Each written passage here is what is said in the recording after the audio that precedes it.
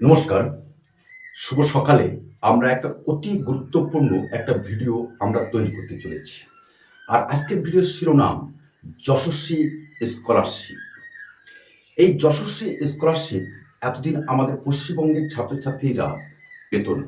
কিন্তু এবার থেকে এই যশস্বী স্কলারশিপ কিন্তু পশ্চিমবঙ্গের ছাত্রছাত্রীরা পেতে পারে। এই যশস্বী স্কলারশিপটা কি এবং কারা পেতে পারে, কত পেতে পারে, সমগ্রটা নিয়ে আমরা আজকে ভিডিওটি আলোচনা করব।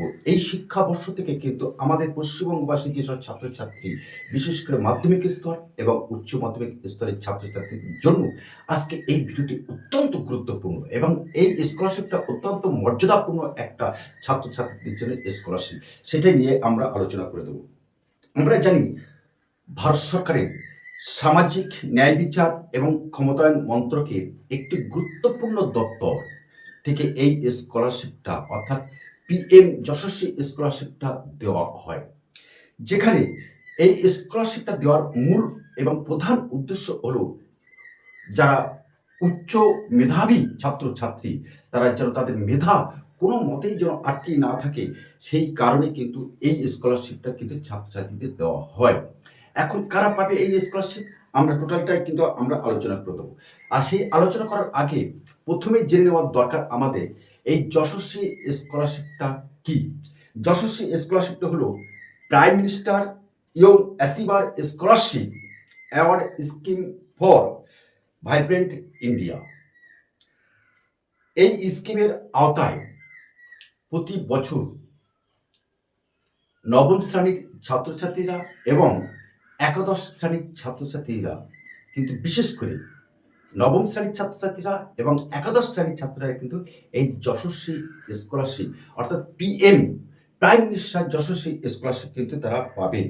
আর এটি মূলত কি হচ্ছে যে সেন্ট্রাল সেক্টর স্কিম দ্বারা সম্পূর্ণভাবে তারা এই খরচটা বহন করে থাকে। এখন প্রশ্ন, কি প্রশ্ন, এই স্কলারশিপের পরিমাণটা কত আমরা সেটাই বলে দেবো। যে সব ছাত্রছাত্রী খুব ভালো নম্বর আছে, খুব ভালো নম্বর আছে কোন ক্লাসে, নবম শ্রেণীর, সেই সকল ছাত্রছাত্রী প্রতি বছর কত টাকা পাবে, ৭৫,০০০ টাকা পাবে। আর যে সকল ছাত্রছাত্রী একাদশ শ্রেণীতে আছে, তাদের খুব ভালো রেজাল্ট আছে, ভালো ফলাফল আছে, তারা কত পাবে, ১,২৫,০০০ টাকা। এখন আপনাদের এটাও প্রশ্ন হতে পারে যে এই স্কলারশিপ প্রধানত কারা পাবে, কারণ টাকাটা অনেক বেশি কিন্তু, এবং এই টাকাটা দিয়ে ছাত্রছাত্রীরা কি করবে। এই স্কলারশিপটা পাবে তারাই নবম শ্রেণী এবং একাদশ শ্রেণীর ক্ষেত্রে যারা সরকারি স্কুল এবং সরকার পোষিত স্কুল দ্বারা যে সকল ছাত্রছাত্রী নবম শ্রেণীতে খুব ভালো নম্বর পেয়েছে, তারা কিন্তু এই স্কিমের আওতায় আসতে পারে। ভালো করে শুনে নিন কারা পাবে। যে সকল ছাত্রছাত্রী সরকারি স্কুল এবং সরকার পোষিত স্কুল, সেই সকল স্কুলে যে সকল ছাত্রছাত্রীরা ভালো রেজাল্ট করেছে তারাই কিন্তু পাবে, এবং কিভাবে পাবে সেটাও কিন্তু আমরা আলোচনা করে দেব। এখন প্রশ্ন, কি প্রশ্ন, এই স্কলারশিপ কারা পেতে পারে এবং এই স্কলারশিপ পাওয়ার নির্দিষ্ট কোনো শর্ত আছে কি? হ্যাঁ, অবশ্যই শর্ত আছে, সেটাই আমরা বলে দিচ্ছি। কারা পাবে, ওবিসি অর্থাৎ আদার ব্যাকওয়ার্ড ক্লাসেস। আর কারা পাবে, পাবে ইবিসি। এই নামগুলো আপনাদের কাছে বা আমাদের কাছে নতুন লাগতেই পারে। ইবিসি যার অর্থ হলো ইকোনমিক্যালি ব্যাকওয়ার্ড ক্লাসেস। আর কারা পাবে, DNT, denotified nomadic and semi nomadic tribes. আবার বলে দিচ্ছি, ওবিসি, ইবিসি অ্যান্ড ডিএনটি।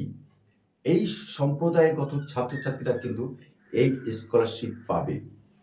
বলা যেতে পারে এই যে ক্লাসগুলো করে বললাম আমরা, ওবিসি, ইবিসি, ডিএনটি, এরা এতদিন কিন্তু আমাদের চোখে আড়ালে ছিল, এরা সেই পরিমাণে স্কলারশিপ কিন্তু পেত না।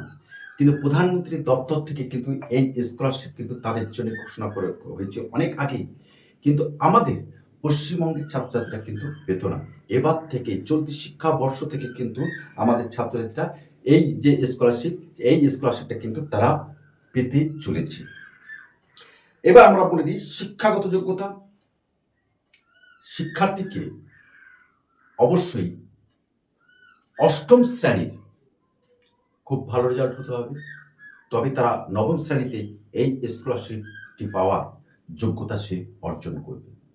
একাদশ শ্রেণী অর্থাৎ মাধ্যমিকে যারা খুব ভালো রেজাল্ট করেছে মেধাযুক্ত ছাত্রছাত্রীরা, তারা কিন্তু এই স্কলারশিপটি একাদশ শ্রেণীতে পাবে।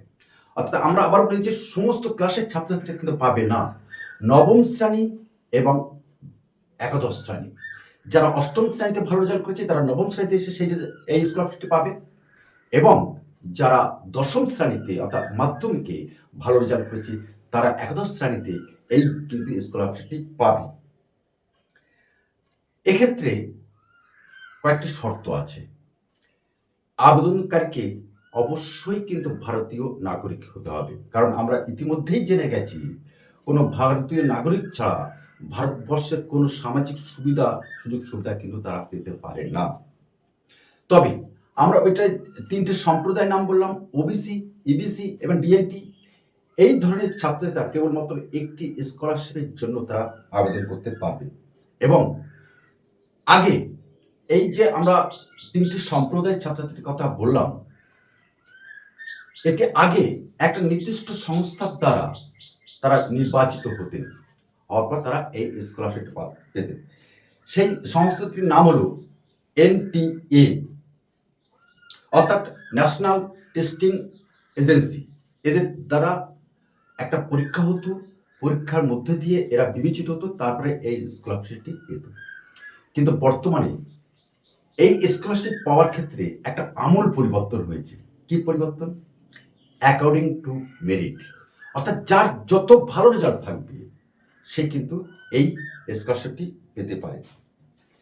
এবং এই পুঙ্খানুপুঙ্খ তথ্যটা আমরা আমাদের পশ্চিমবঙ্গবাসীর ছাত্রছাত্রী এবং গোটা ভারতবর্ষের ছাত্রছাত্রী যারা বাংলা মিডিয়াম তারা এই ভিডিওটা বুঝতে পারবে, হিন্দি বা ইংলিশ মিডিয়াম ছাত্রছাত্রীরা এই ভিডিওটা বুঝতে পারবে না, স্বাভাবিক ব্যাপার।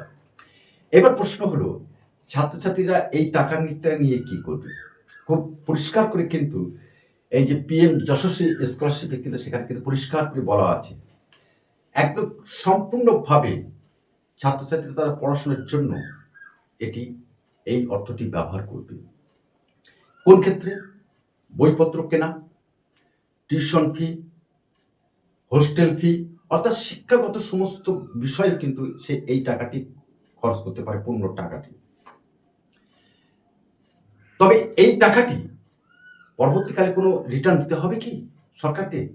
আমরা সেই ভিডিওটা নিয়ে পরবর্তীকালে আমরা আলোচনা করব, পরবর্তী ভিডিওতে আমরা তুলে ধরব। তবে যাওয়ার আগে আমরা যে কথাটা বলে দিই যে পশ্চিমবঙ্গের ছাত্রছাত্রীর কাছে এটা কিন্তু অত্যন্ত সুখবর, কারণ তারা এতদিন এই PM যশস্বী স্কলারশিপটা তারা পেত না। বিশেষ করে আমাদের নবম শ্রেণীর ছাত্রছাত্রীরা এবং একাদশ শ্রেণীর ছাত্রছাত্রীরা। যাওয়ার আগে আবার একটা কথা বলে দিই, এই স্কলারশিপ পেতে হলে অবশ্যই অষ্টম শ্রেণীতে কিন্তু খুব ভালো রেজাল্ট করতে হবে।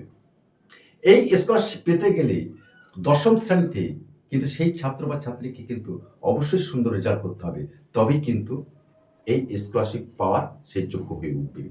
তবে এই স্কলারশিপ পাওয়ার জন্য আপনাদের অনলাইনে আবেদন করতে হবে, এবং সেই আবেদন কোথায় কি করবেন সেটাও আমরা বলে দিচ্ছি।